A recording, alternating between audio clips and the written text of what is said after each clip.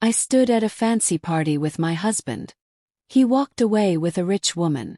He threw his car keys at me and smiled. "Get home by yourself," he said. The next day, his phone kept ringing and ringing. His girlfriend was upset and crying. He stood at our front door completely shocked, understanding something he didn't see coming. For 17 years, I believed that being married meant accepting things that hurt. I thought not every bad thing needed to be talked about. I told myself that keeping peace was better than fighting for respect. I said these things to myself while my husband slowly pushed me out of his work life. He told people I was just someone who helped with paperwork instead of telling them I owned my own successful money business.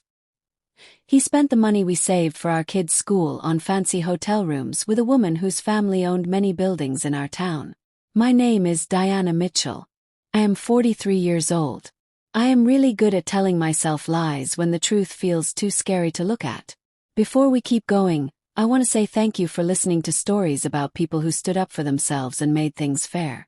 If you think that when someone hurts you badly, they should be held responsible, please think about subscribing. It helps us reach more people who need to hear stories like this. Now let's see what happens next. My job is helping small shops and companies that are running out of money. These businesses hire me when their money coming in doesn't match the money they have in the bank. When money disappears and they can't explain where it went. When they think someone is taking their money but they don't have proof. I look at their money records very carefully. I find exactly where the money is going and why their business can't work anymore. I am very good at this job because I understand how people hide stealing behind things that look normal and okay. How they use trust to make excuses that sound real. How they tell themselves that what they're doing isn't really wrong if nobody notices it. The funny part is almost silly. I can find people stealing money from a company in just a few hours. But I missed it happening in my own marriage for 20 months. My husband, Marcus, sells expensive boats to rich people who think spending $100,000 on a boat is a normal thing to do. He is charming in a way that seems practiced. He makes people believe they are special. That their friendship with him is unique and different from everyone else. That he really cares about making them happy instead of just wanting their money. He has been using these same tricks on me for many years. And I let him do it because the other choice was admitting that the life I built was standing on ground that was never as strong as I thought it was. On a Tuesday afternoon, he came into my office and told me I had to go to his company's big celebration party on Friday night. After 4 years of not letting me come to his work events, this sudden invitation should have made every warning bell in my head ring loudly. It did make those bells ring. I just ignored the warnings because I had become very good at pretending everything was okay. 3 days later, I was standing in a parking area at midnight holding car keys my husband had thrown at me. I watched him drive away with another woman. And I finally stopped lying to myself about what my marriage had become. But I'm getting ahead of myself. To understand how I ended up standing in that parking area, you need to understand what I was like before that night. You need to see the life I convinced myself was worth protecting, even though it was slowly making everything I cared about sick and wrong. My house in the suburbs of Connecticut looks like something from a pretty magazine. White fence around the yard that Marcus insisted we put up 6 years ago because successful people have white fences. Blue flowers that bloom every spring because I looked up exactly how to take care of them and followed every step perfectly. Inside walls painted in popular neutral colors that Marcus picked to impress the coworkers he sometimes brought home for drinks before he stopped bringing anyone home completely. Everything planned, everything done on purpose, everything designed to show an image of stability and success that had nothing to do with what was really happening inside those carefully painted walls. Our daughter Sophie is 15 years old. She is smart in a quiet way that often gets missed in a world that pays more attention to people who are loud. She watches everything with green eyes that see everything.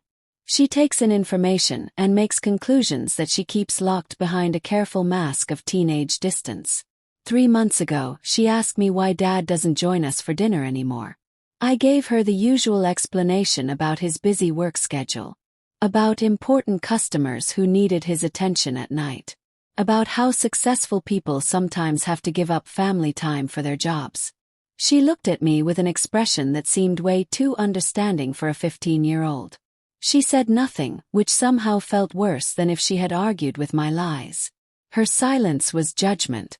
Her silence meant she understood I was protecting a story neither of us believed anymore. Our son, Tyler, is 12 years old. He is still open and loving in ways that boys his age are starting to grow out of because of pressure from friends to seem tough and not care about things. He hugs me when he gets home from school. He tells me about his day with excited detail about lunch trades and playground games and the book his teacher reads out loud during quiet time. 4 weeks ago, he asked why Mom and Dad don't smile together like his friend Lucas's parents do. I told him that grown-ups just get quieter as they get older. That it's normal and nothing to worry about. That love changes shape over time but stays steady underneath. The words tasted like poison in my mouth even as I said them. My parents have been married 49 years and still hold hands when they walk through the store. They still finish each other's sentences and share private jokes. They look at each other like they're seeing something precious that nobody else can fully appreciate. I know what a real partnership looks like. I know what lasting love feels like when it's real instead of fake. And I know with complete certainty that what Marcus and I have is not that. It hasn't been that for longer than I want to count. But admitting that truth meant accepting that I had wasted 17 years building something that was already falling apart beneath me. It meant facing the fact that I had been so focused on keeping up appearances that I had ignored the problems threatening to destroy everything. It meant facing reality. I had become exactly like the failing businesses I help. The ones that keep going long past the point when any smart person would say they should close. The ones that hold on to past success while ignoring present disaster. The change in Marcus's behavior happened so slowly that I could convince myself I was imagining it. 4 years ago, he stopped bringing me to company events. He said I made his co-workers uncomfortable with my direct questions about their business practices and money structure. He said the expensive boat world required social skills I simply didn't have. He said my habit of speaking directly clashed with the careful dance of high-end sales. I accepted this explanation because it matched how I saw myself. I am more comfortable with spreadsheets than cocktail parties. I am more at home looking at money reports than having small talk about golf scores and vacation homes at the beach. I don't enjoy the performance of wealth and status that seems to dominate Marcus's work world. But accepting his explanation became accepting my exclusion. And exclusion became invisibility. Marcus started staying late at work many nights each week. Always with believable explanations about difficult customers or important deals that needed extra time. He started dressing better. Wearing cologne I hadn't bought for him. Checking his phone more and more while showing me less and less. When I asked about his day, his answers became vague and dismissive, like the details of his life were too complicated or too important for me to understand. Our conversations shrank to basic talk about children's schedules and house maintenance. The kind of practical exchanges between roommates instead of partners who once stayed up past midnight talking about dreams and fears and the future we would build together. I noticed all of this. I wrote it down mentally the same way I write down money problems in client accounts. I saw the pattern appearing. But I chose to see it as natural marriage change instead of him slowly erasing me. Because the other choice was too frightening to think about. Marcus Brennan works at Coastal Elite Marine, a boat dealership that sells to Connecticut's richest people. He sells boats that cost more than most families earn in a year. He wears expensive custom suits that probably cost more than the used car I drive to client meetings. He has relationships with country club members whose names appear in business newspapers and society pages. He speaks fluently in the language of wanting more and exclusivity. He convinces customers that the right boat will lift up not just their fun on the water but their entire social standing. I used to find this skill impressive. Now I see it as practiced manipulation he uses on everyone he meets, including his own wife. He has been selling me a version of our marriage the same way he sells expensive boats. Talking about the good parts one want to believe in while carefully hiding the broken parts that would make me question what I'm getting. And I bought it. For 17 years I bought every word. Tuesday afternoon, Marcus walked into my home office where I was finishing money analysis for a client in Stamford. He still wore his work clothes. The dark gray suit that made him look like he belonged in business meetings instead of boat showrooms. The Italian leather shoes he said were business necessities instead of vanity purchases. He stood in the doorway with that carefully blank expression he uses when he wants something but doesn't want to show how much it matters to him. "You need to come to the company celebration party this Friday night," he said. Not an invitation. Not a request. A requirement delivered like it was already decided. I looked up from the spreadsheet on my computer screen. Something in his voice made my stomach tighten with warning I couldn't quite explain. "Why?" I asked, trying to keep my voice casual even though my heart had started beating faster with alarm I couldn't justify. "Why now after 4 years? The boss's wife will be there," he said like this explained everything. "It looks better if we come as couples. You understand?" I didn't understand. But I nodded anyway because that's what I had learned to do over 17 years of marriage. Accept non-explanations and pretend they make sense. Swallow questions that might create conflict. Keep up the story that everything is fine because admitting problems means doing something about them. And doing something about them means facing truths I wasn't ready to face. So I agreed to go to the party. I agreed to put on a dress and smile next to my husband and pretend we were the partnership we had stopped being years ago. I agreed because refusing would have required admitting that something was terribly wrong. And I wasn't ready for that admission yet. I wish I could say I sensed the danger waiting for me at that event. But the truth is simpler and more sad. I was just grateful that Marcus wanted me there at all. That after 4 years of keeping me away, I was finally being invited back into his work world, even if the invitation came as a demand instead of a desire. 3 days later, everything I had been pretending not to see would become impossible to ignore. Friday evening arrived with perfect autumn weather that makes Connecticut look like a postcard. Clear skies, cool air, leaves turning gold and red in that exact way that people photograph for expensive house listings. Marcus spent 50 minutes getting ready. He adjusted his tie 4 times and put on cologne with more care than I had seen him take with his appearance in months. I watched him from the bedroom doorway and felt that familiar tightness in my chest that I had learned to ignore. The physical sign of instincts I refused to listen to. I wore the emerald green dress I had bought 4 years ago for a client's wedding. It was the nicest piece of clothing I owned. Elegant in a timeless way that doesn't go out of style because it was never quite in style to begin with. I paired it with simple jewelry and practical shoes that wouldn't leave me hurting by the end of the night. When I looked in the mirror, I saw someone professional and presentable. When I looked at Marcus in his custom suit and Italian leather shoes, I saw someone who belonged to a completely different world. The drive to Harborview Country Club took 40 minutes through suburban streets lined with homes that got bigger and fancier the closer we got to our destination. Marcus drove in silence, checking his phone at red lights with focused attention. It suggested the messages he was reading mattered more than anything happening in the car with his wife. I stared out the window and tried to remember the last time we had driven somewhere together without the children as a buffer between us.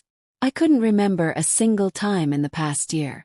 The Harborview Country Club exists in a different money reality than the one I live in. The building itself is a monument to inherited wealth. Designed to make anyone feel small who wasn't born understanding the codes and customs of established privilege. Dark wood-paneled walls showed photographs of members from long ago. All of them white and wealthy and wearing expressions that suggested they had never once questioned their right to be in exclusive spaces. Crystal lights hung from the ceiling and cast warm light across marble floors polished to mirror brightness. The air smelled like expensive perfume and old money. That particular combination of leather and wood polish and entitlement that seems to fill places where membership requires both lots of money and the correct family connections. I felt immediately and strongly out of place. My dress, which had seemed perfectly appropriate when I put it on at home, now looked shabby next to the designer gowns around me.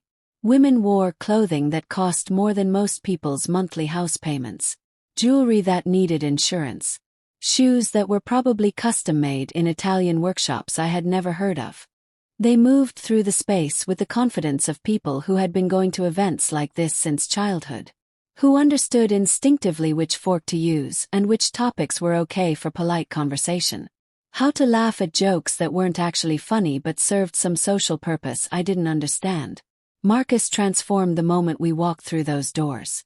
It wasn't a slow shift but an immediate and complete change.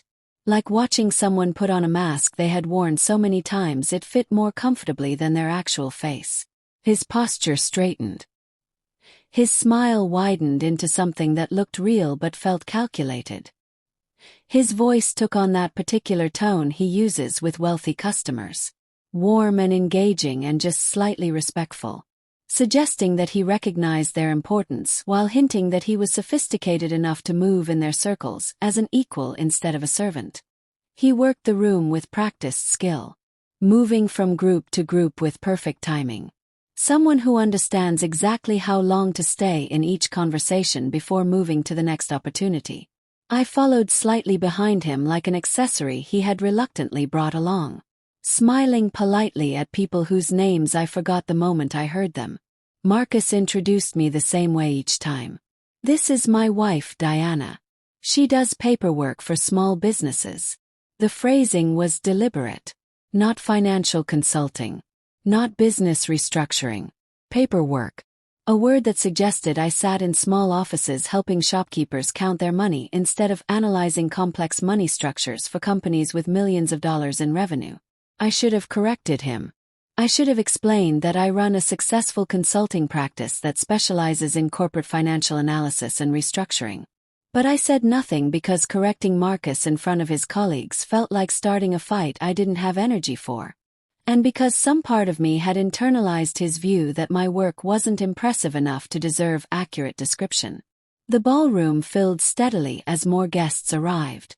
I accepted a glass of wine from a passing server. I positioned myself near a decorative column where I could watch without being required to participate. Marcus had already moved away from me, absorbed in conversation with a group of men wearing suits that probably cost more than my car. They laughed at something he said. I watched him glow with the approval of being accepted into their circle, of being treated like he belonged among people whose wealth was so much bigger than his own. Then she walked in and everything changed. Isabella Whitmore didn't simply enter the ballroom. She commanded its attention with the kind of easy confidence that comes from never once in your entire life questioning whether you belong somewhere. She was beautiful in that carefully built way that requires both good genetics and lots of money. Her hair fell in perfect waves that could only be created through professional styling. Her dress was clearly custom designed instead of bought from any store, fitting her body with precision that only special tailoring can achieve. Her jewelry sparkled with real stones that caught the light and threw it back in calculated brilliance.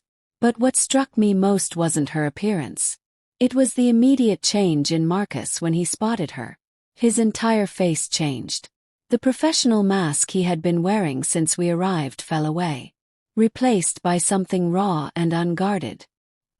His expression lit up with an intensity one hadn't seen directed at me in years, maybe ever. He looked at Isabella Whitmore the way I had always hoped someone would look at me. The way romantic movies promised was possible if you found the right person. He looked at her like she was the only person in the room who mattered. They moved toward each other like magnets, crossing the ballroom with the certainty of objects following natural laws. When they met, Isabella placed her hand on Marcus's arm with casual intimacy. He leaned close to hear something she said in a voice too low for anyone else to catch. They laughed together. It was the kind of genuine laughter that comes from shared understanding instead of social obligation. I stood by my decorative column and watched my husband fall into conversation with another woman as though I didn't exist. As though the past 17 years had never happened. As though our 2 children and our house payment and our shared history were unimportant details that could be dismissed when something more interesting appeared. Marcus eventually remembered I existed and brought Isabella over for introductions. "This is Diana," he said, pointing toward me with the same enthusiasm he might use when pointing out a piece of furniture. "Not my wife Diana. Not Diana Mitchell who runs a successful consulting practice. Just Diana, like I was a distant acquaintance instead of the woman he had been married to for 17 years. Lovely to meet you, Isabella said with a smile that didn't reach her eyes. Her hand was still on Marcus's arm. I noticed she wore a bracelet that probably cost more than everything I owned combined. I learned through bits of conversations I overheard over the next hour that Isabella Whitmore represented generational wealth that was bigger than even the substantial fortunes present in that room. Her family owned Whitmore Real Estate Holdings, a property empire spanning the entire Northeast. She was recently divorced from her third husband, apparently seeking entertainment. She had developed an interest in luxury boats that brought her frequently to coastal elite marine, where Marcus served as her personal sales representative. Personal sales representative. The phrase echoed in my head with meanings I wasn't quite ready to examine. The evening got worse from there with the slow certainty of a car accident you can see coming but cannot prevent. Marcus and Isabella disappeared together 3 times. Each absence carefully staged to appear innocent but fooling absolutely no one who was paying attention. The first time, Marcus claimed they needed to discuss details for her new boat order. They would step out to the terrace where they could talk without the ballroom noise. They were gone 30 minutes. When they returned, Isabella's lipstick was slightly smudged. Marcus's tie had been loosened in a way that suggested hands other than his own had been involved. The second disappearance happened near the bar. Marcus said something about getting fresh drinks. Isabella laughed and said she would help him carry them back. This should have taken 3 minutes. Took 25. The third time, they simply walked toward the garden without any excuse at all. I stood alone near my decorative column, holding the same glass of wine I had been holding for an hour, pretending I didn't notice the pitying glances from other wives. The whispered conversations that stopped suddenly when I moved within hearing distance. One woman looked at me with genuine sympathy before her husband quickly guided her away, clearly unwilling to become involved in someone else's marriage drama. I later learned her name was Patricia Hamilton. She would play an unexpected role in what came next. But in that moment, she was just another witness to my public embarrassment. The evening had taken on a strange quality, like I was watching someone else's life fall apart from far away. I observed with odd clinical distance how thoroughly and publicly my husband was showing his preference for another woman. I thought about leaving. I could call a car service. I could simply walk out of this ballroom and never look back. But some stubborn part of me refused to give Marcus that satisfaction. Refused to slink away like I had done something wrong. Refused to let him rewrite this story like I was the problem instead of the victim. So I stayed. I stood by my column and watched my marriage end in real time. While crystal lights sparkled overhead and waiters circulated with expensive food, everyone pretended not to notice what was happening. At 11:30, as the event was ending and guests began gathering coats and saying goodbyes, Marcus approached me with Isabella beside him. His expression carried a mixture of excitement and something else I couldn't immediately identify. Maybe guilt, maybe triumph, maybe simple indifference to how this moment might affect the woman he had promised to love and honor 17 years ago. He reached into his pocket, pulled out his car keys, and tossed them at me with casual dismissiveness. They hit my chest before I caught them by reflex. The metal was cold and heavy against my palms. "Find your own way home," Marcus said.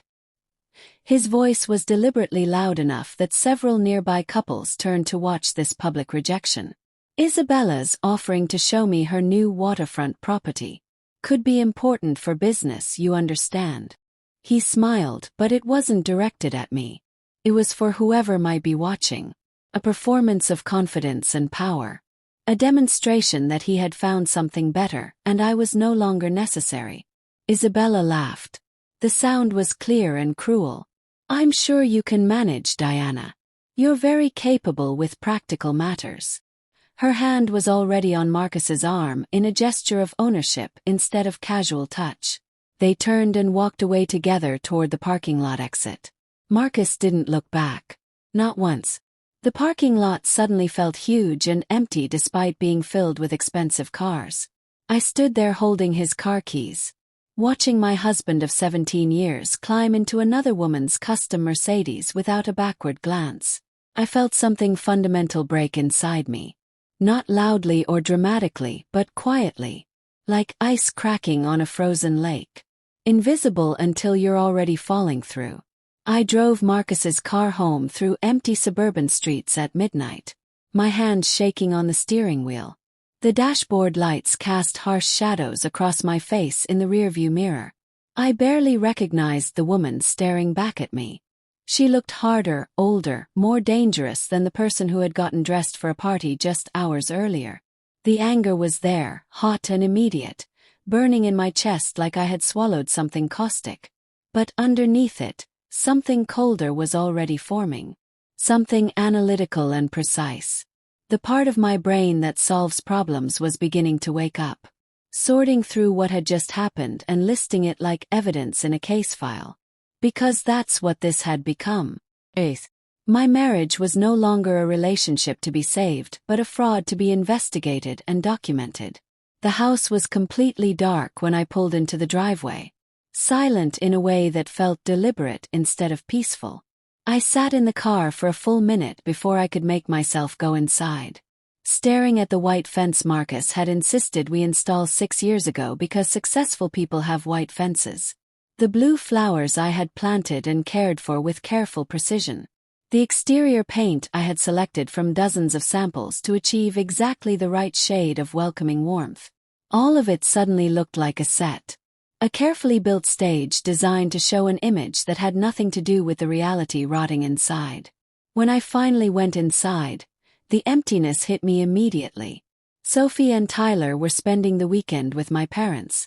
I had arranged this myself 3 weeks ago, thinking it would be nice for the children to have special time with their grandparents while Marcus and I attended his work event.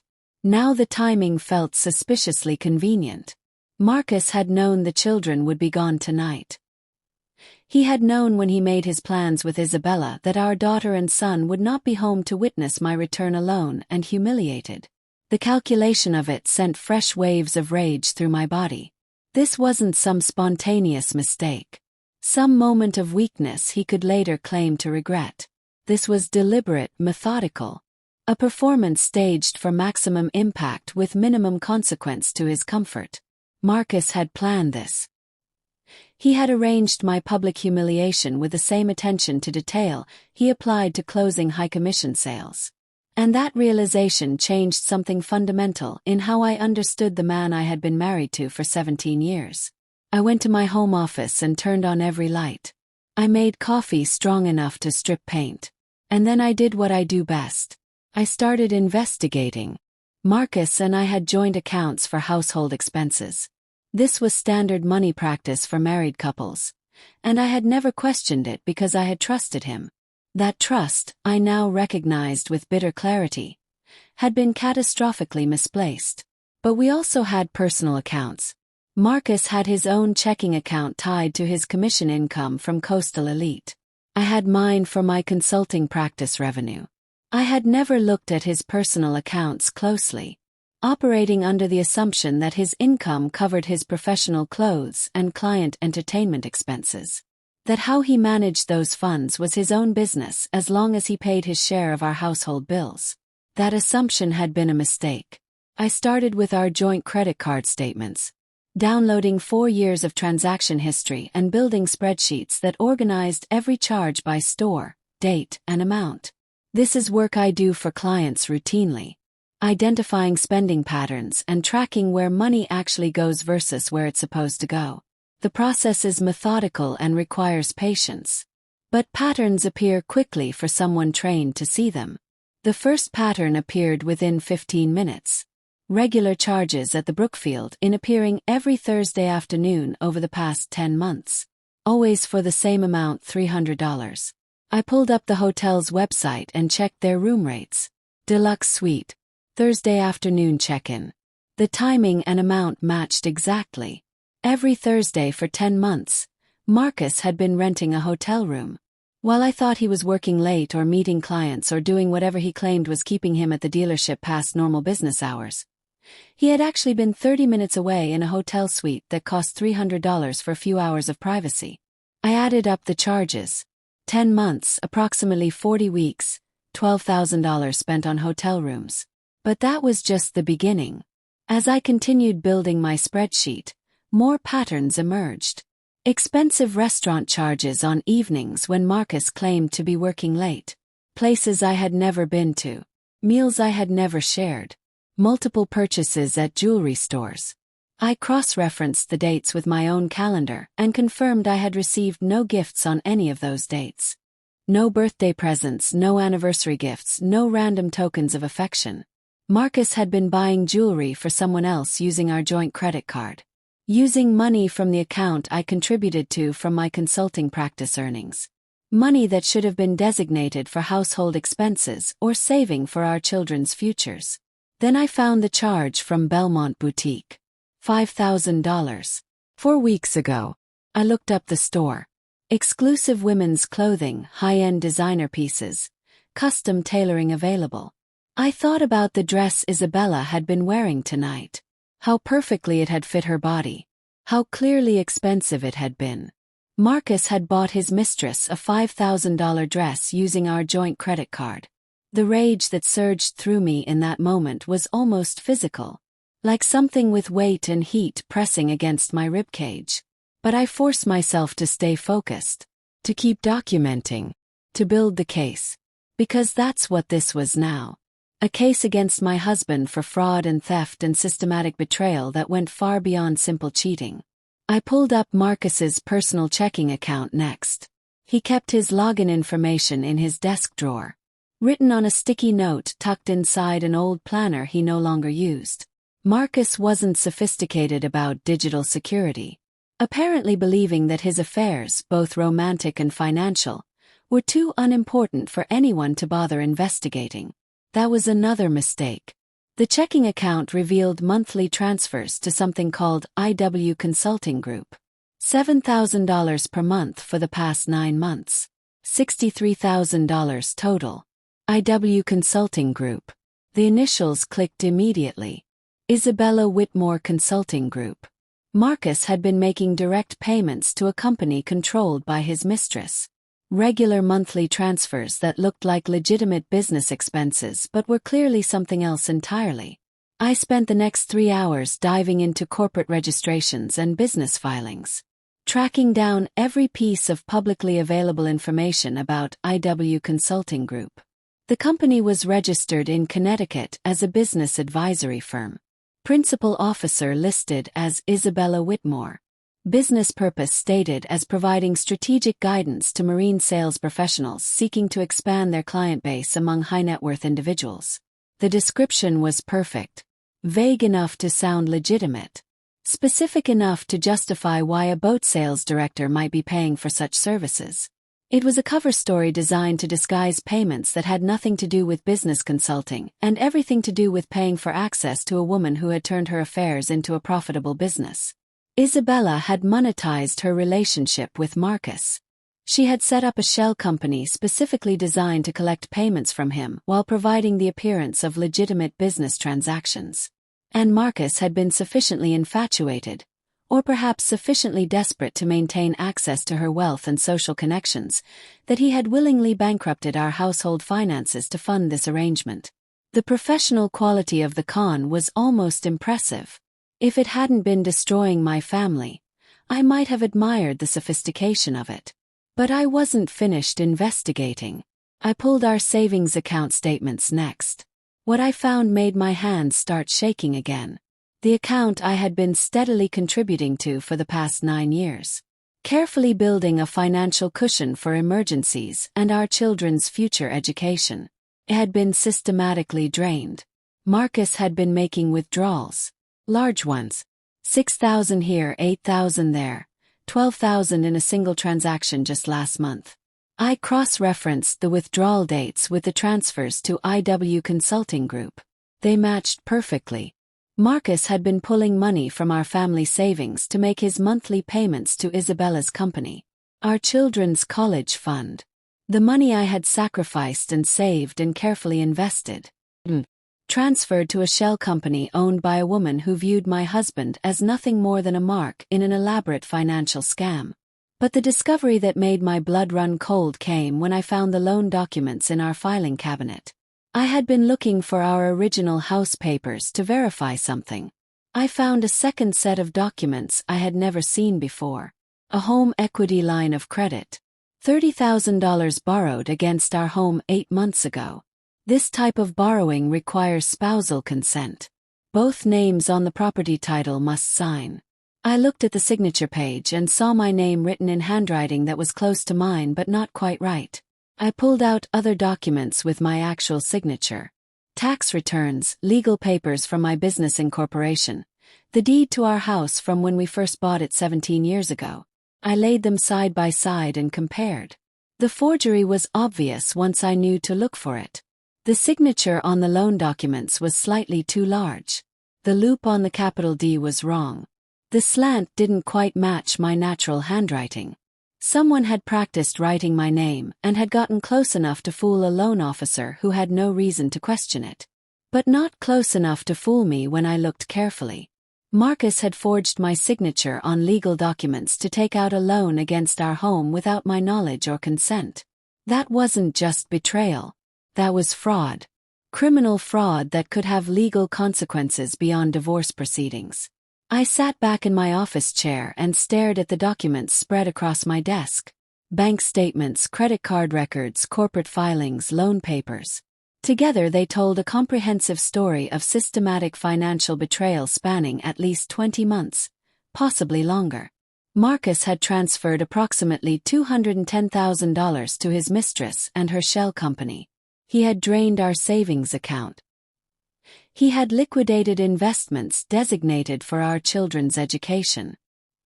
He had taken out an illegal second mortgage on our home using forged documents. And he had done all of this while maintaining the fiction that he was the primary breadwinner. While minimizing my contributions to our household. While introducing me as someone who does paperwork instead of someone who runs a successful financial consulting practice. The sky was starting to lighten outside my office window. I had been awake all night building spreadsheets and tracking money trails and assembling evidence. My coffee had gone cold hours ago. My eyes burned from staring at computer screens and printed documents. But I had what I needed. A complete financial picture of Marcus's betrayal. Documentation that couldn't be disputed or explained away. Evidence that would stand up in court when I filed for divorce and demanded accountability for what he had done. Marcus had thrown his car keys at my chest and told me to find my own way home. He had walked away with another woman without a backward glance. Confident that I would accept this humiliation and quietly disappear from his life without causing problems. He had made a catastrophic miscalculation. Because I had found my way home. And now I was going to systematically dismantle everything he thought he had built with Isabella Whitmore. Using his own documented crimes as weapons against him. At 8 in the morning my phone rang. I hadn't slept. I was still sitting at my desk, surrounded by printed bank statements and spreadsheets. My eyes burning from hours of staring at financial documents. My coffee long since gone cold. The caller ID showed Marcus's number. I let it ring 4 times before answering. Forcing myself to take slow breaths and compose my voice into something that sounded calm. As though I hadn't just spent the entire night documenting his systematic theft from our family. Diana, I need you to transfer $60,000 from your business account to my personal checking today, Marcus said without greeting. No hello, no apology for throwing car keys at my chest in a parking lot full of witnesses. No acknowledgement that he had abandoned me at a public event and spent the night with another woman. Just a demand for money delivered, as though requesting this amount was equivalent to asking me to pick up groceries. It's urgent, he continued when I didn't respond immediately. Business opportunity that can't wait. The audacity of it was so staggering I almost laughed. After everything he had done. After the public humiliation and the private betrayal. After draining our savings and forging my signature on loan documents. He was calling to demand more money from the business account I had built through my own work. Money that had nothing to do with him or his income or his life at Coastal Elite. What business opportunity? I asked, keeping my voice carefully neutral despite the rage burning in my chest. Isabella's offering to invest in a luxury boat charter service I'm starting, Marcus said, and I could hear the excitement in his voice. The belief that he was on the edge of something important. But I need capital to demonstrate commitment. She's putting in $600,000. I need to match 10% to secure the partnership. She was scamming him. Still scamming him even now after he had already given her over $200,000. Isabella had no intention of investing anything.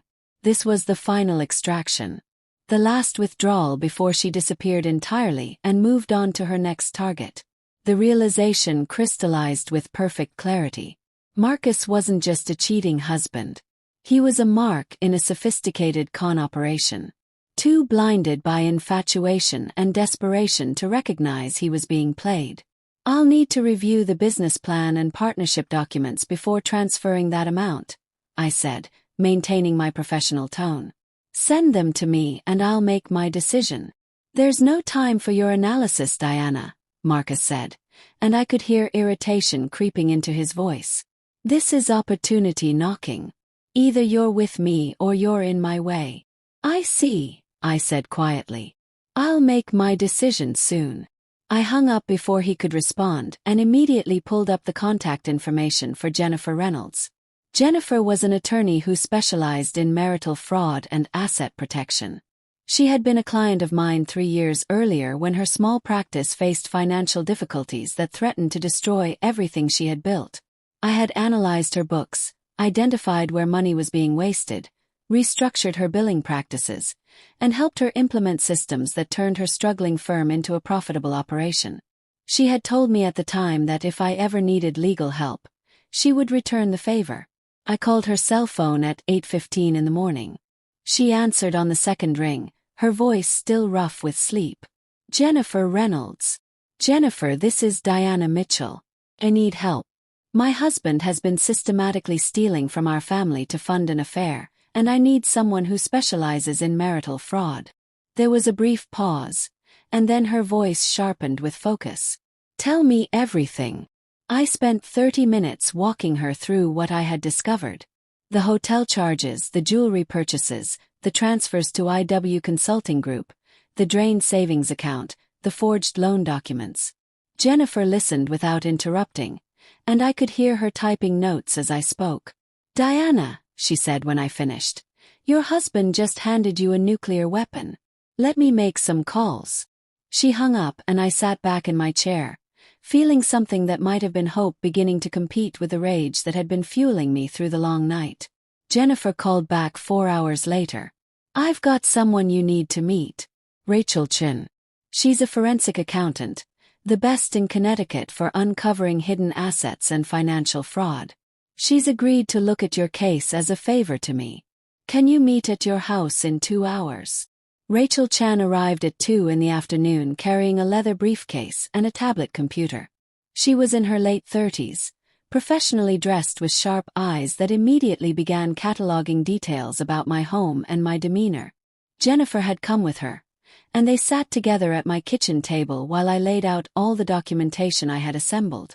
Rachel worked in silence for nearly an hour and a half, occasionally making notes or asking clarifying questions about specific transactions. Jennifer watched her with the expression of someone who has seen this process before and knows to wait patiently for the expert analysis. Finally, Rachel looked up from the documents spread across my table. Her expression had shifted from professional interest to something approaching genuine outrage. This is one of the most comprehensive patterns of marital financial fraud I've encountered in 18 years of practice, she said. Your husband has systematically depleted marital assets, committed forgery to obtain illegal loans, and transferred substantial sums to what appears to be a shell company. Any one of these actions would be sufficient grounds for favorable divorce terms. Together, they represent potential criminal fraud. She paused, tapping one finger against a printout of the IW Consulting Group corporate registration. But there's something else here, Rachel continued. These payments to IW Consulting Group. The amounts, the regularity, the business consulting cover story. I've seen this exact pattern before. 3 times actually, in cases I worked over the past 3 years. Different victims, but the same company name, the same principal officer listed. Isabella Whitmore, I said. Yes. I think your husband's mistress is running a serial con operation targeting married men with disposable income. And if that's true, there will be other victims. Other men making payments to the same shell company under the same false pretenses. Rachel opened her tablet and began searching through databases I didn't have access to, her fingers moving quickly across the screen. Jennifer and I watched in silence as she worked. Here, Rachel said after several minutes. IW Consulting Group has received payments from multiple sources over the past 3 years. I can see at least 4 other individuals making regular transfers. All of them connected to Coastal Elite Marine based on the account information I can access. She looked up at me with an expression that was part sympathy and part professional excitement at uncovering a complex fraud scheme. Your husband is not special to Isabella Whitmore. He's one of several marks she's been running this scam on simultaneously. She targets middle-aged men in high-commission sales roles. Men with access to significant income but without the generational wealth she possesses. Men who are susceptible to flattery from someone they perceive as unattainable. She initiates affairs, gradually introduces investment opportunities that require capital contributions, and extracts maximum value before disappearing. Rachel turned her tablet so I could see the screen showing corporate tax filings for IW Consulting Group. But here's the critical mistake she made. IW Consulting Group has been generating substantial revenue without filing appropriate tax returns. She's not declaring these payments as income. That's tax evasion, and the amounts involved are significant enough to trigger serious IRS penalties. She pulled up a calculator and started running numbers. Based on what I can see, Isabella Whitmore owes approximately $300,000 in back taxes on unreported income, not including penalties and interest that will likely double that amount. And the evidence is thoroughly documented in bank records and corporate filings. Jennifer leaned forward. Can we use this? Absolutely, Rachel said. We file for divorce with comprehensive financial exhibits. But we also file a civil fraud lawsuit against Isabella Whitmore and IW Consulting Group, naming Marcus as a co-plaintiff despite his involvement.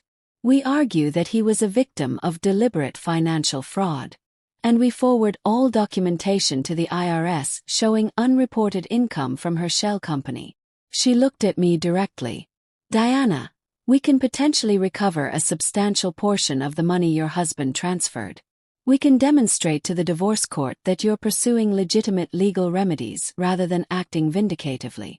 And we can ensure that Isabella Whitmore faces consequences for running a systematic fraud operation. How long will this take? Yes.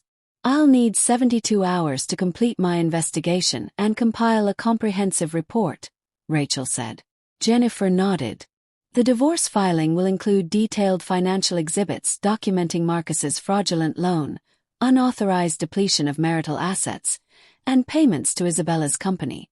The civil fraud lawsuit will demand full return of all transferred funds plus damages. And the IRS documentation will trigger an audit that will scrutinize Isabella's entire financial structure. He paused, meeting my eyes. Once we set this in motion, there's no going back. Your husband will know you've discovered everything. Isabella will know she's been exposed. This will get ugly. It's already ugly, I said. They made it ugly when they threw car keys at me in a parking lot and drove away together. I'm just documenting the ugliness they created. Rachel began packing up her materials. I'll have the report to Jennifer by Monday evening. She'll file everything Tuesday morning. After they left, I sat alone in my kitchen and felt something shift inside me. The rage was still there, hot and immediate. But underneath it, something colder and more focused had taken root. Marcus and Isabella had underestimated me. They had assumed I would accept humiliation quietly and disappear without causing problems. They were about to learn exactly how wrong that assumption had been. Tuesday morning, Jennifer filed the paperwork. Divorce petition with comprehensive financial exhibits. Civil fraud lawsuit against Isabella Whitmore and IW Consulting Group. Documentation forwarded to the IRS showing systematic underreporting of income. Everything I had assembled over that long sleepless night now transformed into legal action that couldn't be undone or ignored. I spent Tuesday working from home, trying to focus on client projects but finding my attention repeatedly drawn back to my phone. Waiting for the inevitable response. Knowing that Marcus would receive notification of the divorce filing within hours. Knowing that Isabella would be contacted by her attorney about the fraud lawsuit. Knowing that everything I had set in motion would trigger consequences I could anticipate but not fully control. Wednesday morning arrived with Marcus's phone call at 7.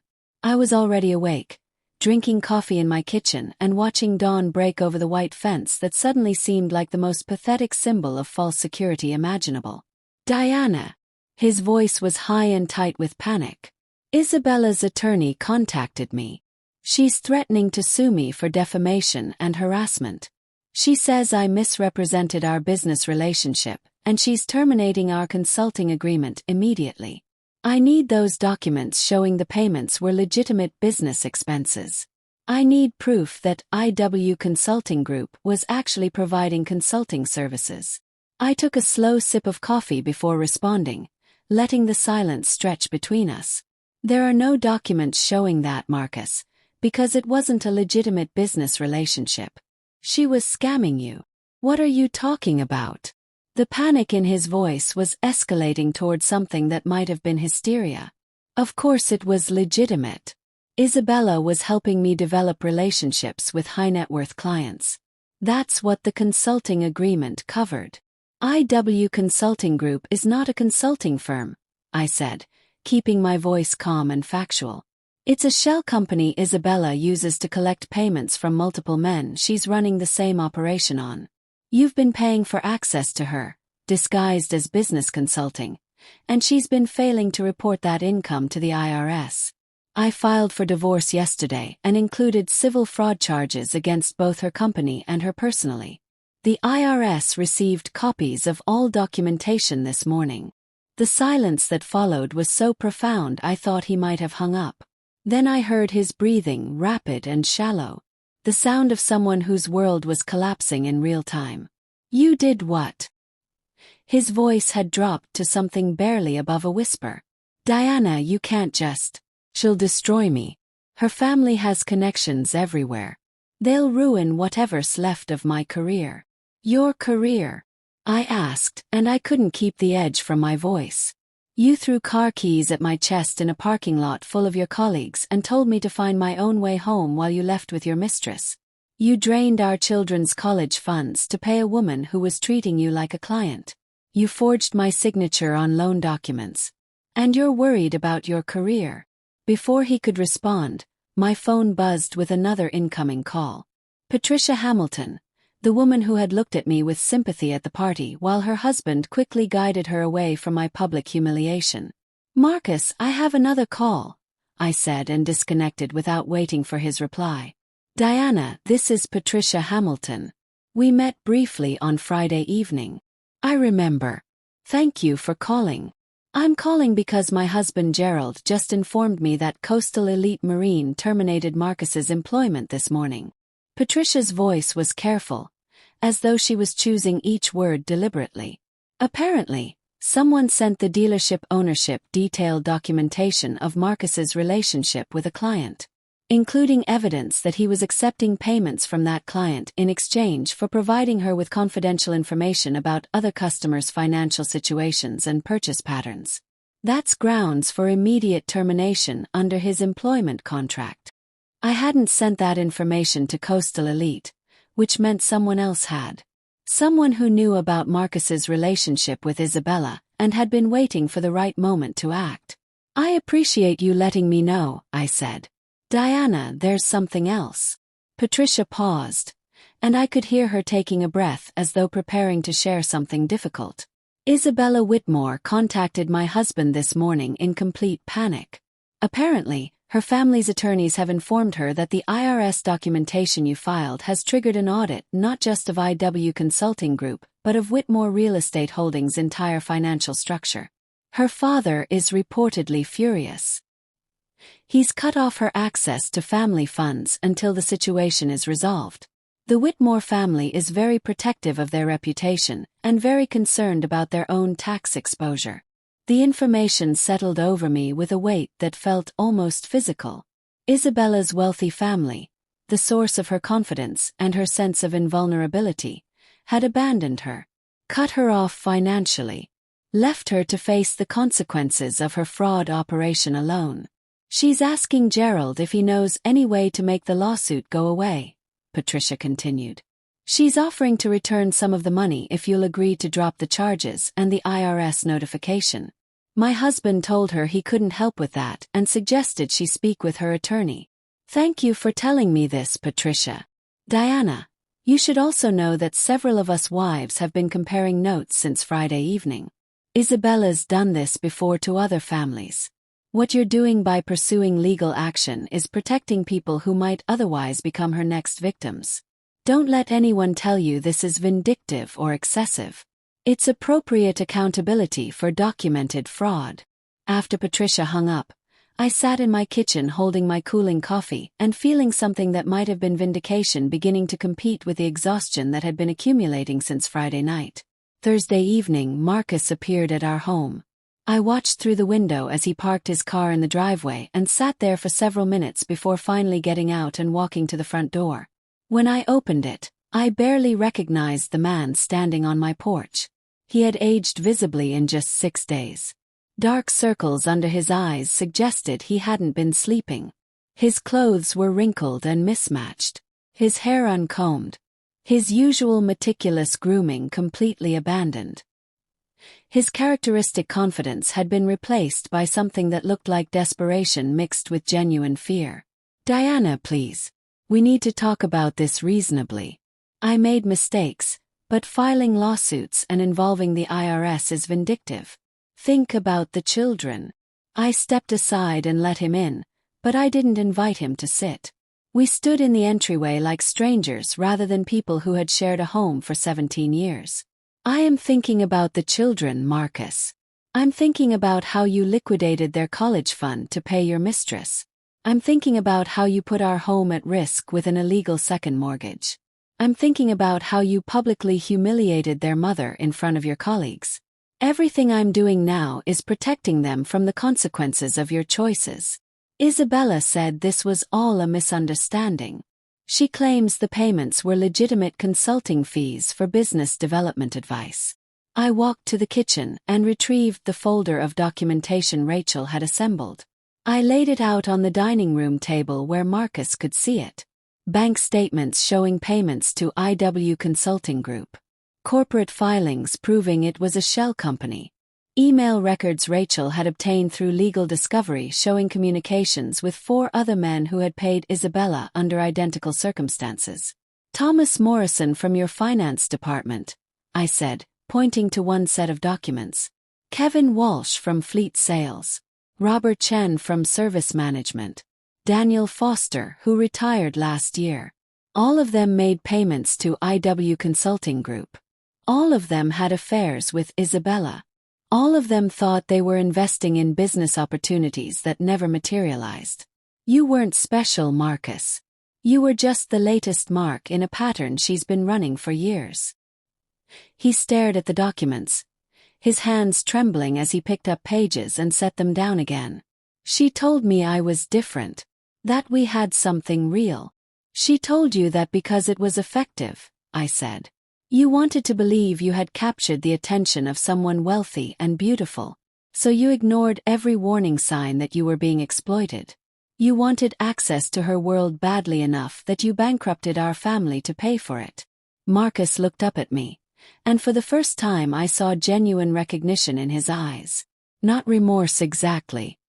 He wasn't self-aware enough for genuine remorse, but at least acknowledgement that he had been thoroughly deceived.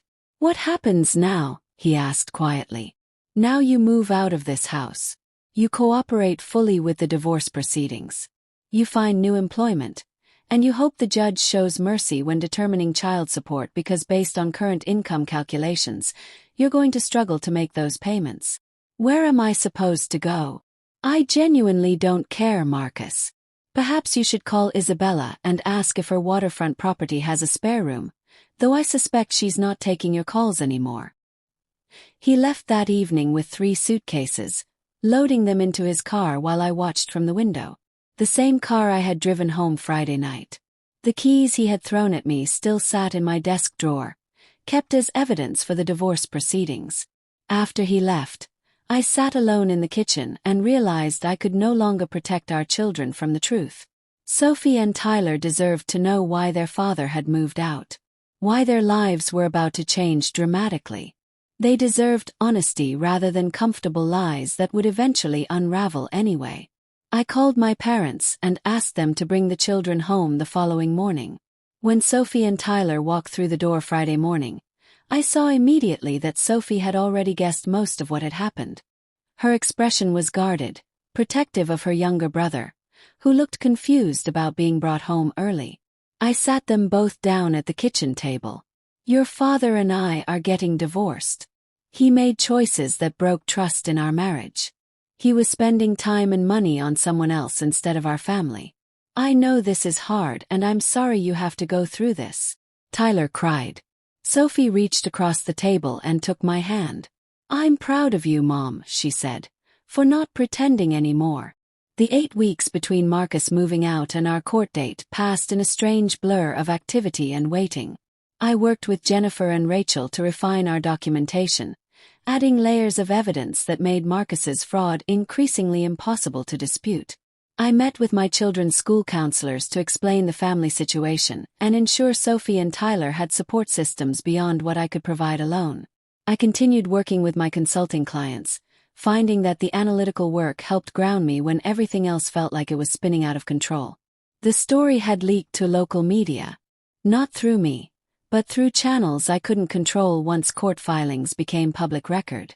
A reporter from the Greenwich Post called me 4 times asking for comment on what they were calling the luxury boat love triangle fraud case. I declined to speak with them. My silence didn't stop the coverage. The narrative was too compelling. A wealthy socialite running a systematic con operation on multiple married men. A shell company disguised as business consulting. Nearly $1 million in unreported income. Federal prosecutors reportedly considering wire fraud charges. Marcus's life had collapsed with remarkable speed. Terminated from coastal elite marine.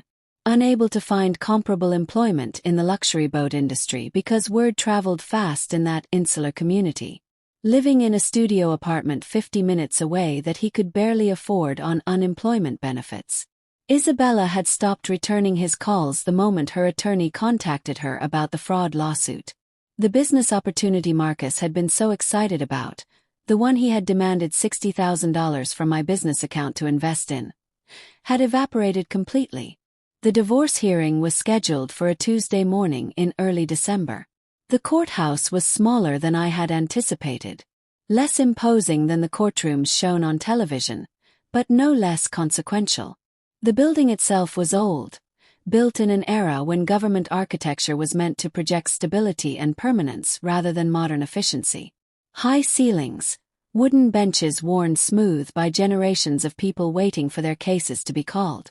The smell of old paper and floor polish and the anxious sweat of people whose lives were being decided by judges they had never met. Judge Elizabeth Morrison presided over family court matters in this district. Jennifer had briefed me extensively on her background and reputation.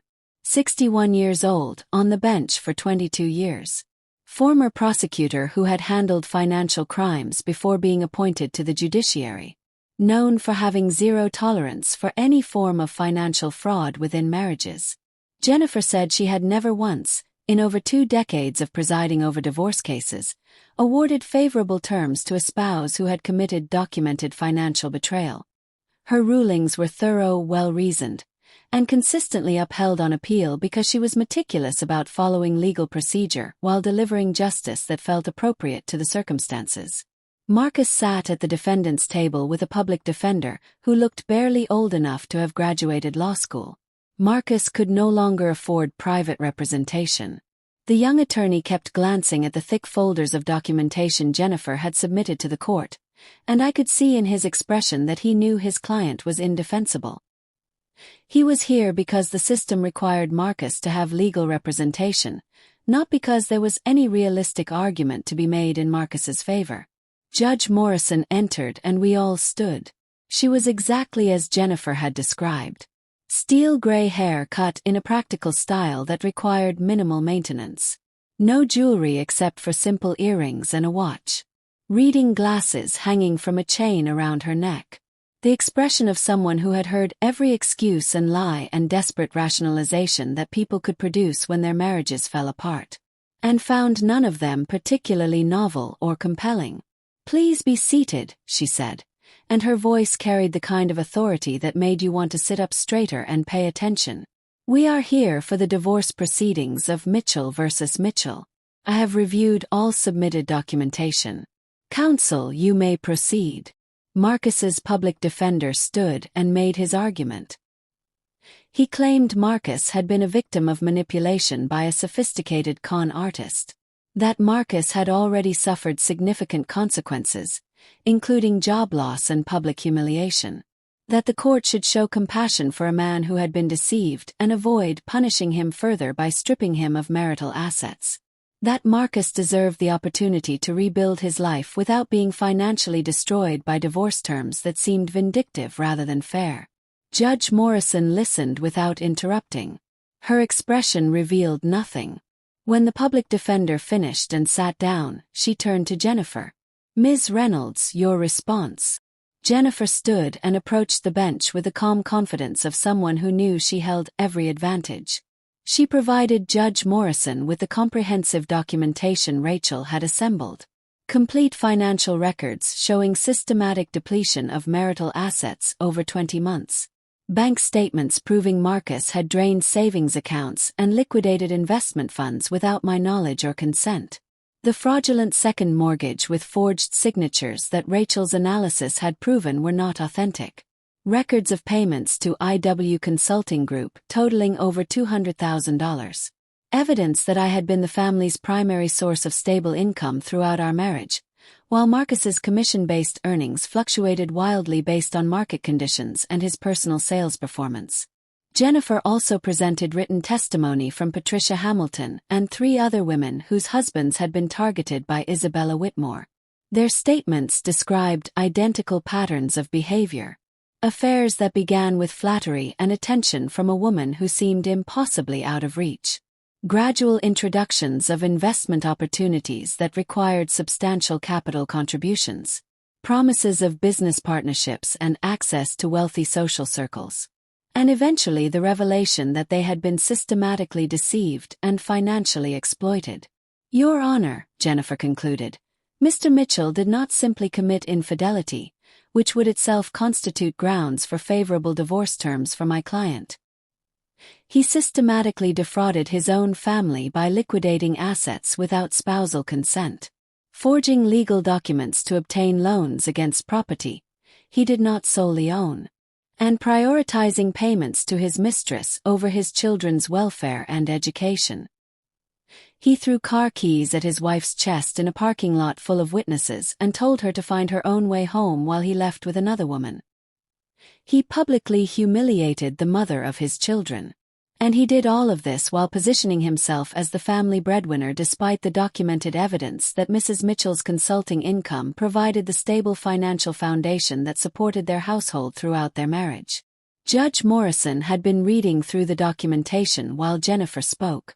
Now she looked up, removed her reading glasses, and fixed Marcus with a stare that could have frozen water. "Mr. Mitchell, I have been on this bench for 22 years. In that time, I have presided over hundreds of divorce cases involving infidelity, financial disputes, and contested custody arrangements. I have seen marriages destroyed by addiction, by abuse, by fundamental incompatibility, and by simple neglect accumulated over years of failing to maintain partnership.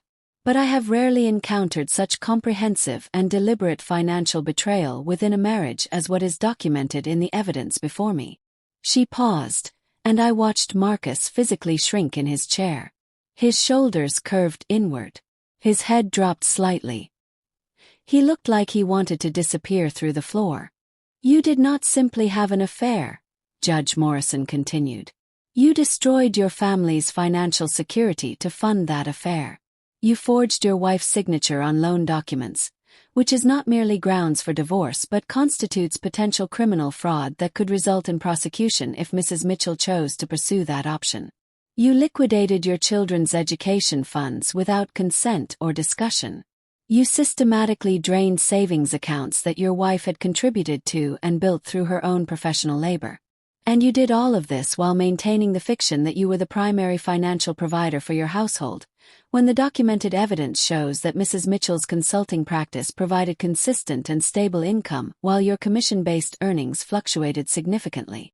Judge Morrison put her reading glasses back on and looked down at her notes. The court awards Mrs. Diana Mitchell full ownership of the marital home, with Mr. Mitchell's name to be removed from all property documents and title transferred solely to Mrs. Mitchell. All remaining marital assets, including vehicles currently titled in either spouse's name and all investment accounts, are awarded to Mrs. Mitchell. Mr. Mitchell will be responsible for repaying the fraudulent second mortgage in full through a payment plan to be established with the lending institution. Child support is set at 35% of Mr. Mitchell's gross monthly income, to be paid directly to Mrs. Mitchell on the first of each month. Mrs. Mitchell is awarded full legal custody of both minor children, with Mr. Mitchell receiving supervised visitation rights pending successful completion of family counseling to be arranged through the court's Family Services Department. Marcus's attorney started to stand, perhaps to object, but Judge Morrison held up one hand. I am not finished. Mr. Mitchell, you are extraordinarily fortunate that this court lacks jurisdiction to order you to repay the funds you transferred to Ms. Whitmore's company, as that matter is subject to separate civil proceedings currently underway. You are also fortunate that Mrs. Mitchell has not filed criminal charges regarding the forged signatures on loan documents, though I note for the record that this option remains available to her should she choose to pursue it in the future. This court is adjourned. We walked out into December sunshine that felt almost too bright after the dim courtroom. Jennifer was already talking about next steps in the civil case against Isabella, explaining that her attorney had been making overtures about potential settlement to avoid the publicity of a trial. My parents were waiting outside with Sophie and Tyler, standing slightly apart from the small crowd of people waiting for other cases to be called. The moment my children saw me, they ran. Tyler reached me first, crashing into me with the full force of a 12-year-old who had been worried about his mother. Sophie was more measured but no less urgent, wrapping her arms around both of us. Is it over? Sophie asked, her voice muffled against my shoulder. It's over, I said. And we're going to be okay. Tyler pulled back slightly to look at my face. I'm glad we don't have to pretend anymore. I realized in that moment that my children had understood far more than I had given them credit for. They had been watching their parents' marriage slowly disintegrate. They had sensed the tension and dishonesty even when I thought I was hiding it successfully. And they had been waiting for someone to finally acknowledge the truth they already knew. 3 weeks after walking out of that courthouse with my children, my phone rang with a call from a number I didn't recognize. I almost let it go to voicemail. I had been fielding calls from reporters and curious acquaintances since the divorce became public, and I had learned to screen carefully. But something made me answer. Mrs. Mitchell, my name is Linda Foster. I got your number from Patricia Hamilton. I hope you don't mind me calling directly, but I need help. And Patricia said you might understand my situation better than anyone else. Her voice carried a tremor that I recognized immediately. The sound of someone whose world had just collapsed and who was trying desperately to hold herself together long enough to ask for help. Tell me what's happening, I said. Over the next 50 minutes, Linda described a situation that felt uncomfortably familiar. A husband who traveled frequently for work. Credit card charges that didn't make sense. Money disappearing from their savings account with explanations that became increasingly vague. A business investment he claimed would transform their financial future, but required immediate capital she was supposed to trust him about without asking too many questions. "Patricia told me what you did," Linda said. "How you investigated your husband's finances and found evidence of fraud. I need someone who can do that for me.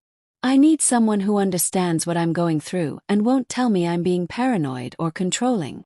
I spent 4 days analyzing Linda's financial records.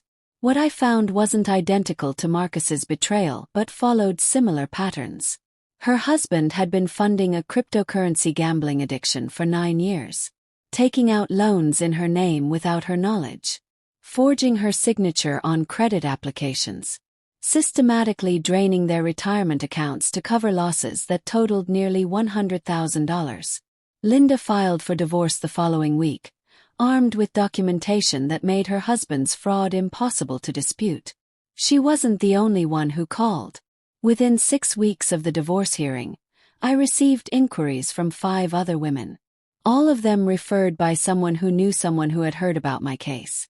Their situations varied. One woman's husband had been conducting an online relationship with someone he had never met in person, sending money for supposed emergencies that never seemed to end. Another had discovered her husband maintained a second apartment in a different city, supported entirely by funds he had diverted from their joint accounts. A third woman's husband had been stealing from his own elderly mother's accounts to fund an affair with a coworker. I helped all of them. I analyzed their financial records with the same ruthless precision I had applied to my own situation. I identified hidden accounts and fraudulent transfers and patterns of deception their husbands thought were too sophisticated to be discovered. I connected them with attorneys who understood marital fraud. I provided expert testimony when their cases went to court. The work was different from my corporate consulting practice. More personal, more emotionally intense. The clients weren't faceless businesses but women whose lives had been systematically undermined by people they had trusted completely. But the work was also deeply satisfying in ways my previous projects had never been. I could see the direct impact of what I was doing. I could watch women who had been financially devastated begin to rebuild security and confidence. By the end of that first year, I had consulted on 11 divorce cases involving financial fraud. My practice was evolving into something I had never anticipated, but that clearly served a need that existing resources weren't adequately addressing. The civil case against Isabella Whitmore resolved through settlement 4 months after the divorce hearing.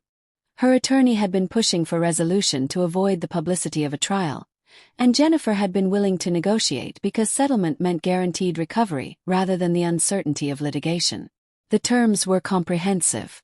Isabella would repay all funds Marcus had transferred to IW Consulting Group, plus damages, plus our legal fees. The total came to $250,000, to be paid in installments over 6 years with significant penalties if she missed any payment. The settlement also required her to dissolve IW Consulting Group completely and permanently, ensuring she couldn't simply restart the same operation under a different name. But Isabella faced consequences that extended far beyond what our lawsuit could impose. The IRS assessment totaled $390,000 in back taxes, penalties, and interest. Federal prosecutors had filed wire fraud charges based on interstate financial transfers, and Isabella had ultimately accepted a plea agreement involving substantial restitution payments and 4 years of probation. Her family had cut off all contact. Patricia told me through her network of social connections that the Whitmore family was reportedly ashamed by the scandal and deeply concerned about protecting their business reputation from association with Isabella's criminal behavior. They had retained crisis management consultants to distance Whitmore real estate holdings from any connection to IW Consulting Group or the fraud investigation. Isabella had moved to Arizona. According to the last information I received, she was working in commercial property management. Her days of targeting vulnerable married men apparently concluded, though I suspected that someone with her skills and her willingness to exploit others would eventually find new opportunities for deception in new locations. Marcus's life had diminished in ways that would have seemed impossible 8 months earlier. He found work selling mid-range vehicles at a dealership that catered to families buying practical cars rather than wealthy clients purchasing luxury status symbols. His income was a fraction of what he had earned at Coastal Elite. His monthly child support payments consumed most of what remained, leaving him with barely enough to cover rent on a studio apartment in a neighborhood where his car had been broken into 3 times in the first 2 months. He showed up for his scheduled supervised visitations with Sophie and Tyler, but the visits were strained and awkward. Sophie had gone through a phase of refusing to see him at all, her anger manifesting as complete rejection that I suspected hurt her as much as it hurt him.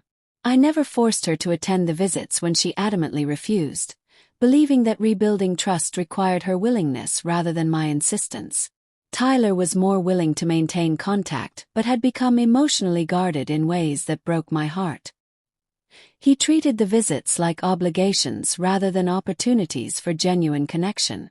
When Marcus tried to explain that he had been deceived, that Isabella had manipulated him, Tyler would listen politely and then change the subject to something neutral like school or sports. Marcus occasionally attempted to justify his actions during pickup and drop-off exchanges, explaining to me that he had been as much a victim as anyone. I would listen without responding, understanding that he needed to construct a narrative where he wasn't entirely culpable for the destruction of his family. But I never validated that narrative. Being fooled by a sophisticated con artist doesn't excuse stealing from your own children's education funds or forging your wife's signature on legal documents. 8 months after the divorce finalized, Patricia Hamilton called with information that surprised me. "Diana, my husband Gerald has been referring his colleagues to your practice. He's been telling everyone about how you uncovered Isabella's entire operation. He's framing it as legitimate financial investigation that protected other potential victims rather than personal revenge." "That's unexpectedly generous of him," I said. Gerald was uncomfortable with what happened at the party. He saw how Marcus treated you in that parking lot and felt guilty that nobody intervened. This is his way of making amends. I think several of his colleagues have wives who need financial consulting for various situations. He's been specifically recommending you as someone who is both thorough and discreet." Patricia organized informal gatherings with other wives from the boat dealership community. These weren't pity meetings or awkward social obligations, but genuine connections with women who understood the particular vulnerabilities that came with being married to men in high-pressure sales environments where appearance and status often mattered more than substance.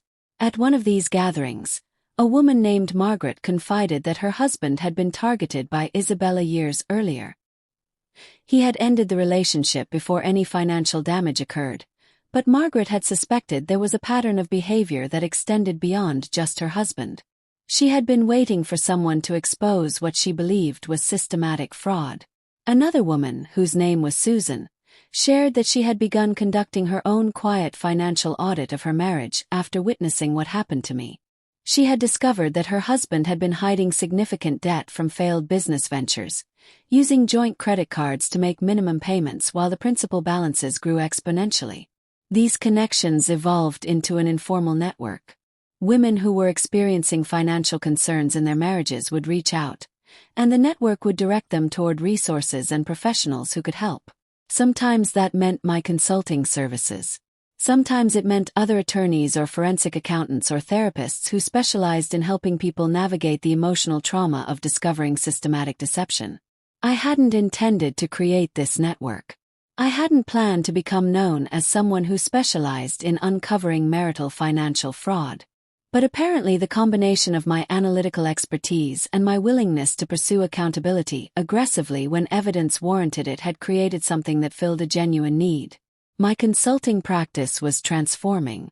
I still worked with small businesses that needed financial restructuring, but increasingly my client base included women who needed someone who could look at their household finances with the same ruthless precision I applied to corporate balance sheets. The work was demanding. It required managing the emotional intensity of clients who were dealing with betrayal while maintaining the analytical detachment necessary to build legally defensible cases. But it was also the most meaningful work I had ever done. I was helping people rebuild their lives after discovering that the foundations they had trusted were never as solid as they believed. I understood that experience intimately, and perhaps that understanding made me better at the work than someone who had only studied financial fraud in academic settings without living through its personal devastation. 1 year after Marcus threw his car keys at my chest and told me to find my own way home, I walked into a dealership and purchased a vehicle using money I had earned through my own expanded consulting practice. The transaction felt symbolic in ways I hadn't fully anticipated when I made the decision to replace the aging car I had been driving for the past 9 years. I deliberately chose something practical rather than impressive. A reliable sedan in silver with good safety ratings and enough space to transport my children, and occasionally drive clients to site visits when circumstances required it. The salesman tried to upsell me to a luxury model with features I would never use, but I declined politely and purchased exactly what I needed without apology or explanation. The first time I drove my new vehicle, Sophie sat in the passenger seat scrolling through college brochures.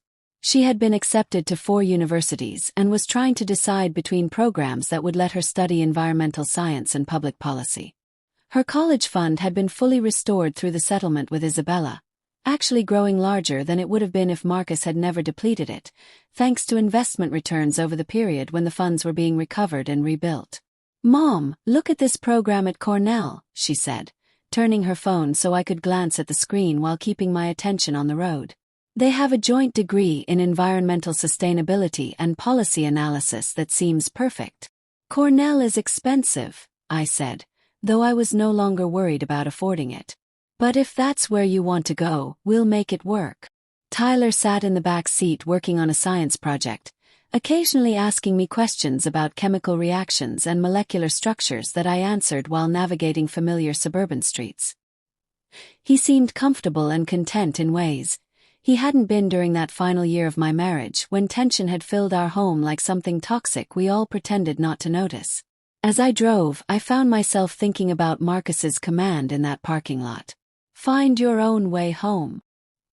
He had meant it as dismissal, as an assertion of power, as a demonstration that he had found something better and I was no longer necessary to his life.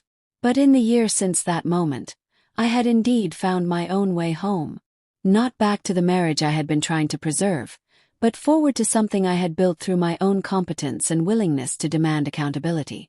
Home wasn't the physical house I had been awarded in the divorce, though I was grateful to have kept it for the stability it provided my children. Home was the sense of self-respect I had reclaimed, the financial security I had rebuilt, the knowledge that I would never again accept mistreatment as the price of maintaining appearances.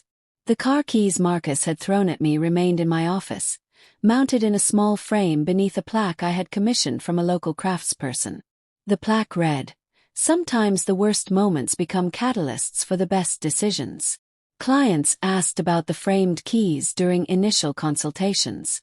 The question usually came after we had discussed their situations, and I had begun explaining how financial investigation could document fraud that seemed impossible to prove. They would glance at the frame on the wall behind my desk and ask what it meant. I would tell them the abbreviated version of my story, not as a tale of victimization, but as a narrative about recognition and appropriate response. I explained that my husband had thrown those keys at me in a parking lot full of witnesses while he left with another woman, and that moment of public humiliation had transformed into the catalyst for comprehensive financial investigation that uncovered fraud I hadn't known existed. The keys became a teaching tool, a physical representation of the moment when humiliation can transform into determination if you choose to respond strategically rather than emotionally. Many women who came to my office were still in the stage where they blamed themselves. They believed that if they had been more attractive or more attentive or more accommodating, their husbands wouldn't have betrayed them. They carried guilt that was never theirs to carry, shouldering responsibility for choices other people had made. I used the car keys to illustrate that betrayal reflects the betrayer's character flaws rather than the victim's inadequacy. Marcus didn't throw those keys at me because I was insufficient. He threw them because he lacked integrity and made the catastrophic error of believing I would accept disrespect without consequence. That distinction mattered. Understanding that distinction was often the first step toward my clients being able to pursue accountability rather than accepting blame. Sophie's transformation over that year was perhaps the most meaningful outcome of everything that had happened. She had evolved from a quietly observant teenager into a young woman who understood that self-respect is not negotiable and that appropriate boundaries are essential for healthy relationships. One evening in late summer, about 12 months after the divorce had finalized, Sophie came into my home office where I was reviewing financial statements for a new client. She sat down in the chair across from my desk with a deliberate manner that indicated she wanted to have a serious conversation. "Can I ask you something?" she said. "Always. Do you regret marrying Dad?" I set down the documents I had been reviewing and gave her my complete attention. "I regret staying longer than I should have after recognizing the marriage had failed. But I don't regret the years that gave me you and Tyler. You two are the best things I've ever done with my life. And that wouldn't have been possible without your father." Sophie nodded slowly, processing this answer. "I used to think that being a good wife meant accepting whatever your husband did and making it work no matter what. That marriage required you to just tolerate things because commitment meant never giving up, even when the other person had already given up on you. That's not what healthy partnership looks like," I said gently. "I know that now. Watching you fight back taught me that being a good person means having standards and enforcing them, even when it's hard and people judge you for it." She paused, choosing her words carefully. "Several of my friends have parents in marriages that are obviously dysfunctional. Their moms tolerate cheating or financial abuse because they're afraid of being alone or don't think they can support themselves independently. And I watch them pretending everything is fine. And it makes me sad because they're teaching their daughters that accepting mistreatment is normal. What will you do differently?" "Yes. I will never let anyone treat me the way Dad treated you. And if I ever realize that a relationship is destroying me, I'll leave before it takes everything I've built. You taught me that survival after betrayal is not just possible but can actually lead to something better than what existed before." By the end of that first year, my consulting practice had evolved into something I had never intended but that clearly served a genuine need. I now offered comprehensive financial investigation and asset protection services for women navigating divorce, particularly in cases involving fraud, hidden assets, or financial abuse. I had helped clients across Connecticut and expanded into Massachusetts and New York, building a reputation for thoroughness, discretion, and aggressive advocacy when circumstances warranted it. I hired 3 additional financial analysts who specialized in forensic accounting. I brought on a private investigator named Michael Torres who had spent 18 years with the Connecticut State Police Financial Crimes Unit before retiring and starting his own practice. Michael was exceptional at uncovering hidden accounts and tracking asset transfers that people believed were too sophisticated to be discovered. I formalized these services under a new division of my consulting practice. I developed systems and protocols that could be replicated and scaled as demand continued growing. Rachel Chen joined as a permanent consultant, splitting her time between providing expert witness testimony in cases that went to court and training my staff on advanced forensic accounting techniques. The work was demanding. It required managing the emotional intensity of clients who were dealing with profound betrayal while maintaining the analytical detachment necessary to build legally defensible cases. But it was also the most meaningful work I had ever done. I could see direct impact in real time. Women who had been financially devastated by dishonest spouses gradually rebuilding security and confidence. Children whose college funds were recovered through our investigations. Families who avoided poverty because we identified and stopped fraudulent transfers before they could be completed. Every morning when I arrived at my office, I saw those car keys in their frame on the wall, and I remembered the lesson I had learned and now taught to others. The moment someone treats you as disposable is the moment you begin documenting everything. Because people who act with that level of contempt inevitably leave trails of evidence that will destroy them if you know where to look. Marcus had believed throwing his car keys at me was an assertion of power, a demonstration that he had found someone better, and I was no longer necessary to his life. What he had actually done was provide me with physical evidence of his contempt. Evidence I had used to build a case that systematically dismantled not only his life but also exposed an operation that had victimized multiple families. In trying to dispose of me, Marcus had inadvertently created something far more powerful than the marriage he destroyed. He had created a professional practice dedicated to helping women refuse to be disposed of. A network of support for people experiencing financial fraud within their marriages. A legacy of accountability that extended far beyond my personal circumstances. That legacy mattered more than any relationship based on performed partnership rather than genuine respect.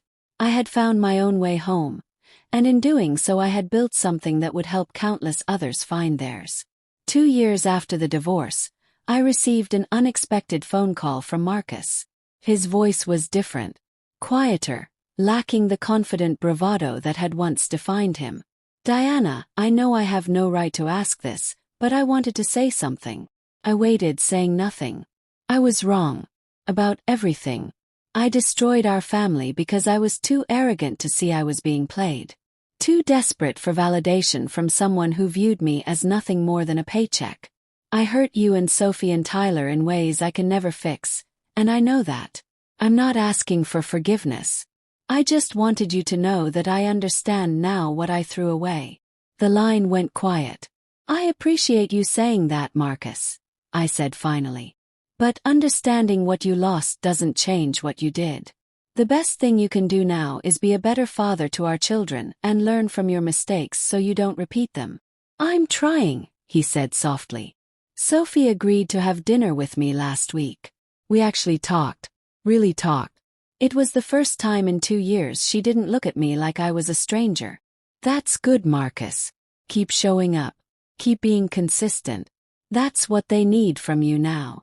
After we hung up, I sat at my desk and realized I felt no satisfaction from his admission. No vindication from his recognition of what he'd lost. Just a quiet acknowledgement that some broken things can never be fully repaired, only learned from. Sophie had indeed begun tentatively rebuilding her relationship with her father. Not because she had forgiven him completely, but because she had decided that holding on to anger was hurting her more than it was hurting him.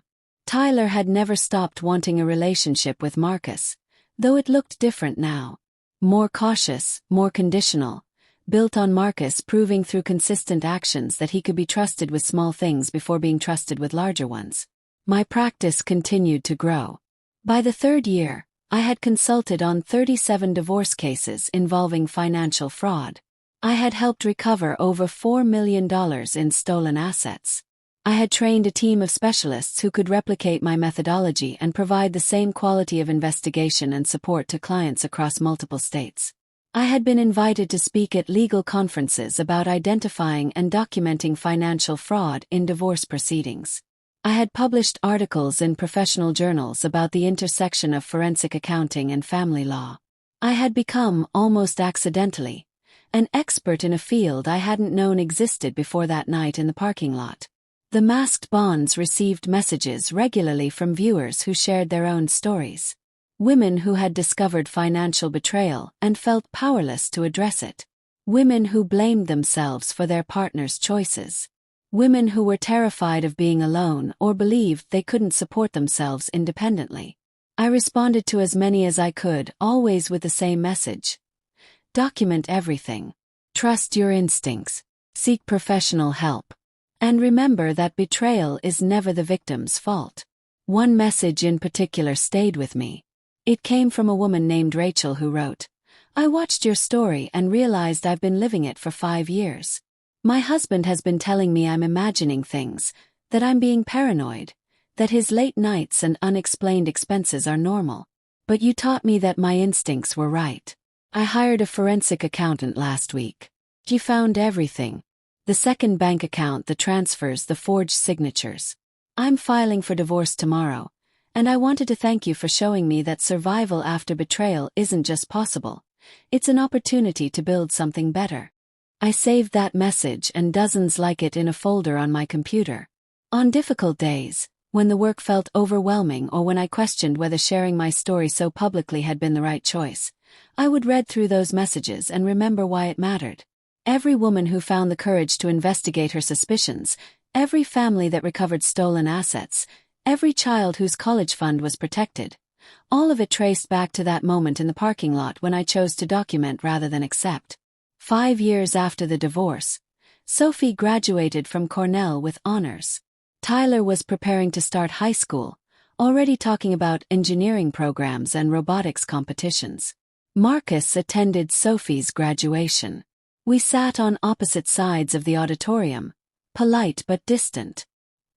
He had rebuilt some semblance of a life. A better job at a reputable dealership, a modest apartment in a safer neighborhood, consistent visitation with Tyler and slowly rebuilding trust with Sophie. He would never be wealthy again. He would never regain the status he had once enjoyed. But he had learned, painfully and expensively, that integrity matters more than appearance, and that relationships built on exploitation inevitably collapse. As for Isabella, I heard through Patricia's network that she had remarried. Her fourth husband, a retired executive in Scottsdale. Whether she had truly reformed or simply found new, more sophisticated ways to exploit trust, I would never know. But the IRS continued to monitor her financial activities closely, and the conditions of her probation required regular reporting that made running another con operation significantly more difficult. I had built something from the wreckage of my marriage. Not just a successful practice or a healthy relationship with my children, but a fundamental understanding that self-respect cannot be negotiated away for the comfort of maintaining appearances. That truth, obvious in retrospect but elusive when you're living through the slow erosion of a relationship, had become the foundation of everything I taught my clients. The car keys still hung on my office wall, a daily reminder that the worst moments of our lives can become the catalyst for our greatest transformations if we choose courage over comfort. Marcus had thrown those keys at me, intending to humiliate and discard me. Instead, he had handed me the evidence I needed to reclaim my life and build something far more valuable than the marriage I lost. Every woman who walked into my office and saw those framed keys understood immediately what they represented. Not victimhood, but victory. Not the end of something, but the beginning. The journey from that parking lot to where I stood 5 years later had been painful, exhausting, and at times overwhelming. But it had also been necessary. It had taught me that I was stronger than I believed, more capable than I imagined, and worthy of respect that I had too long accepted being denied. And most importantly, it had taught me that finding your own way home sometimes means leaving behind everything you thought home was supposed to be and building something entirely new in its place.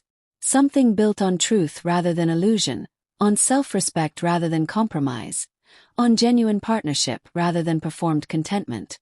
I had found my way home. And in the process, I had lit a path for countless others to find theirs. That parking lot, that moment of public humiliation, those car keys thrown at my chest, they had been intended as an ending. But like all true endings, they had also been a beginning. The beginning of understanding my worth. The beginning of demanding accountability. The beginning of building a life that reflected my values rather than someone else's convenience. Marcus had told me to find my own way home. He had meant it as cruelty. I had transformed it into freedom. And that transformation, more than any settlement or court victory or professional success, was the real revenge.